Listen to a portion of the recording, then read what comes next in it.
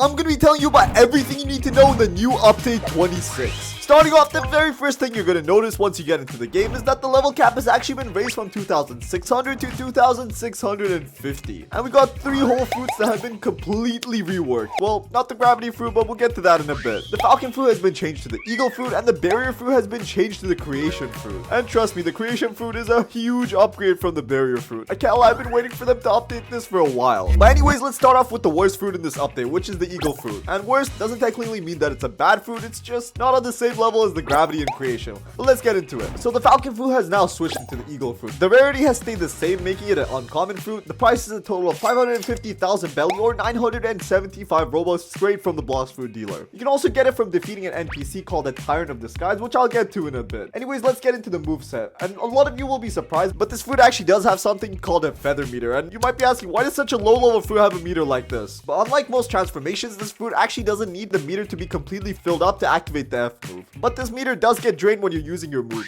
Also, just take a look at the M1 attacks for this fruit. It's extremely unique. I don't think there's any M1 in the game like this. And it also actually has 2 different variations. If you just click it, it's like this, and if you hold it down, it goes like this. It's pretty cool. Anyways, moving on to the very first ability, which is called Wind Burst. You just charge up a huge whirlwind of explosion, and you just shoot it at your enemy. And sometimes you can actually glitch your enemy under the map with this, which is pretty deadly. Moving on to the X ability, this one is called Feather Storm, where you literally just start destroying everything that's next to you. You just literally deal damage in a huge radius, but it does not do as much damage as the other abilities. Moving on to the C ability, this one is called Bone Crushing, and it has an 80 mastery requirement. This one only affects one enemy, so it's not the most optimal for grinding, but it's still pretty good for PvP, I would say. You just grab them and just explode the crap out of them. Pretty cool ability. And since this is single target, you already know it does more damage than the other ones. Moving on to the B ability, this one is called Soaring Talon, and it has a 110 mastery requirement. And for this one, you initially grab a single target, but then once you throw your enemy, you can actually deal a lot of damage by hitting other people. Pretty cool ability.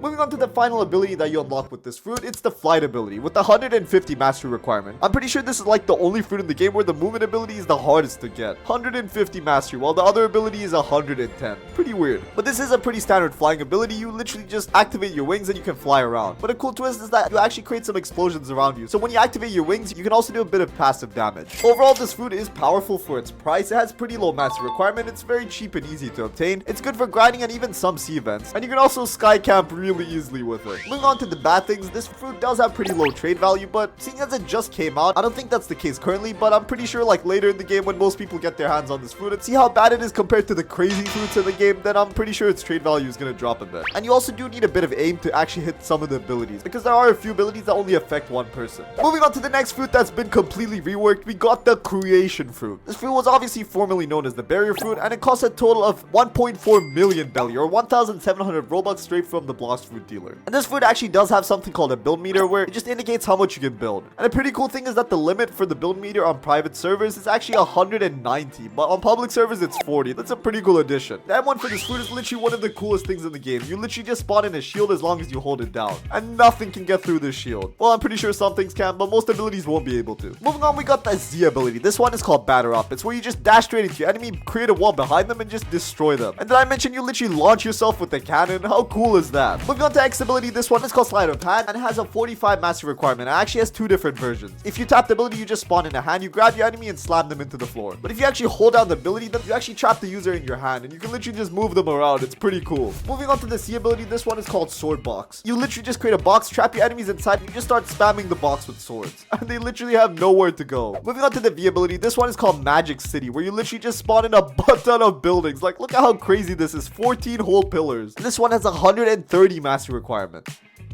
Moving on to the F ability, this one is called Fortify, where you literally just spawn in a bunch of building blocks, literally just like Fortnite, and you can even control them to go up or straight. It's pretty cool. And each tile also has a different pattern. Why does this kind of remind me of Tetris? The cool things about this fruit is that it has amazing combo potential, has really good mobility, and has pretty low mastery requirements for how good the fruit is. And also, it's an extremely fun fruit to use because it literally just came out. I bet you there hasn't even been 100 people who have used this fruit. Moving on to the cons of this fruit, it's pretty hard to actually damage large objects with this fruit, contrary to how it might look. And a bad thing about the M1 ability is that unlike most M1 abilities in the game, this actually isn't an attacking M1 ability like I mentioned before. It's literally just a shield, so you can't really do any damage with it. And another thing is that you actually can't move while you're holding down the move, so your enemy can actually easily sneak behind the shield. But if you time it correctly, then you can basically deflect any projectile. Moving on to the next food, and this is the one that everybody's been hyped about, the gravity rework. The gravity food hasn't really been a good food in the game for quite some time now, so it's about time that the devs finally decided to change it. And let me tell you guys, this looks epic. The gravity fruit stayed as a mythical fruit. It costs a total of 2.5 million belly or 2,300 Robux straight from the Blox fruit dealer. And a pretty cool passive ability from this fruit is that your flash step animation actually changes when you have the fruit activated. This is what your flash step looks like normally, and this is what it looks like with the fruit. Pretty cool, right? Anyways, let's move into the M1 ability. This fruit actually has 3 different M1 abilities, and you can change them using the admin panel, which I'll get to in a bit. The first M1 is where you just aim at a player and you can just slam them into the floor with the power of gravity, and for the second one, you can make a swiping motion with your hand to send the user flying. For the next one, you spawn in a meteor, which is probably the coolest version of the M1. Anyways, moving on to the Z ability. This one is called Singularity, where you spawn in a huge orb around, you start dealing a lot of AoE damage to anything that's standing next to you, and you just send them flying at the end. Then we got the X ability, which is called Orbital Chain. This has a 100 mastery requirement, and for this one, you literally just start dealing a lot of damage to enemies the longer you hold this ability down. But one thing about this ability you should know is that the damage you deal actually keeps reducing over time, and at the end, it literally only does like 9 damage. If you guys use this ability, I recommend just holding it down for like 3 seconds and then letting go.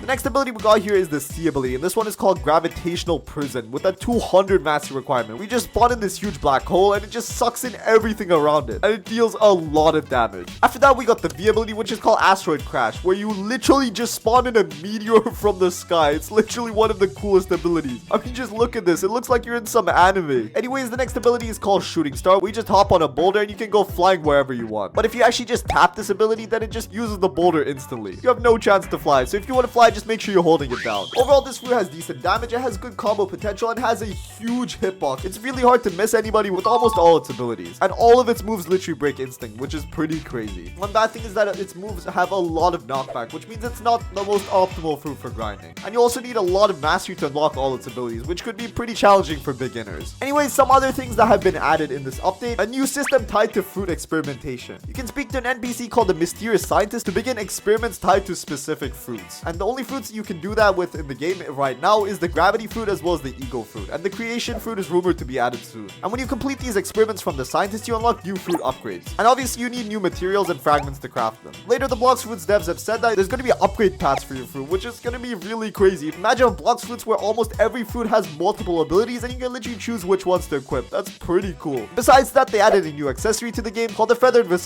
And you can only get this in the 3rd sea. And you get it by defeating an NPC called the Tyrant of the Skies. It gives you a 25% boost in your movement speed, a 25% health regeneration increase, as well as 300 extra health. There's a new material called the Fire Feather, as well as one called Moonstone. And this is what they look like. Pretty cool. There's also a new title called Liberator of the Sky. And moving on to what I've been waiting to tell you guys about, the new raid boss, Tyrant of the Skies. This is what he looks like. He's a pretty crazy raid boss, and this is the guy that you get the Moonstone as well as the Fire Feathers from. He's literally a level 2600 raid boss with over 1 million HP. He's literally the strongest raid boss in the whole game, and he uses the Eagle fruit, so beware of him.